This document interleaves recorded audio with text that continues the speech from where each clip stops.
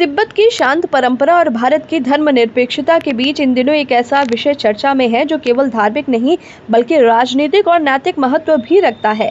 बात हो रही है दलाई लामा की उत्तराधिकारी व्यवस्था की, जिसे लेकर चीन और भारत के बीच अप्रत्यक्ष तनाव बढ़ गया है। 90 वर्ष के हो चुके तेंजिन ग्यात्सो मौजूदा 14वें दलाई लामा ने स्पष्ट कर दिया है कि उनके उत्तराधिकारी का फैसला केवल उनकी मान्यता प्राप्त संस्था गार्डेन फोरड्रंग ट्रस्ट ही करेगी। ये बात सीधी है, लेकिन इसके पीछे बहुत बड़ी सच्चाई छुपी है। चीन जो तिब्बत पर अपना नियंत्रण पहले ही स्थापित कर चुका है, अब ये भी चाहता है कि अगला दलाई लामा भी उसी की शर्तों पर तय हो। यही कारण है कि चीन बार बार इस मुद्दे पर बयान देता है और भारत को सावधानी बरतने की सलाह देता है। दरअसल चीन को इस बात की चिंता है कि अगर दलाई लामा को उत्तराधिकारी निर्वासित तिब्बती समाज द्वारा चुना गया तो उसकी तिब्बत पर वैधता और नियंत्रण पर सवाल उठने लगेंगे। और ये सिर्फ एक धार्मिक नेता की बात नहीं है, दलाई लामा तिब्बत की पहचान और आजादी के प्रतीक हैं। चीन उन्हें केवल एक व्यक्ति के रूप में नहीं बल्कि एक राजनीतिक खतरे के रूप में देखता है। इधर भारत ने अपनी स्थिति साफ कर दी है। विदेश मंत्रालय ने कहा कि भारत सरकार किसी धर्म से जुड़ी मान्यताओं या परंपराओं पर कोई पक्ष नहीं लेती।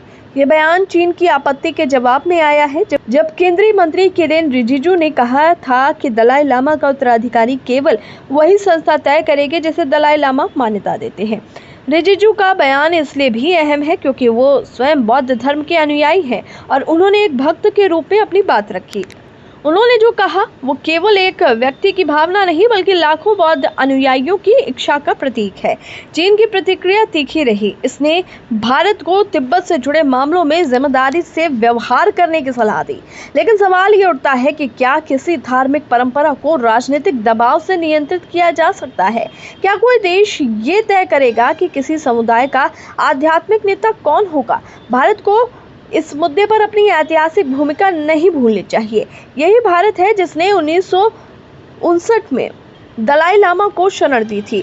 धर्मशाला में आज जो तिब्बती निर्वासित सरकार है वो भारत की उदारता और नैतिक दृष्टिकोण का परिणाम है।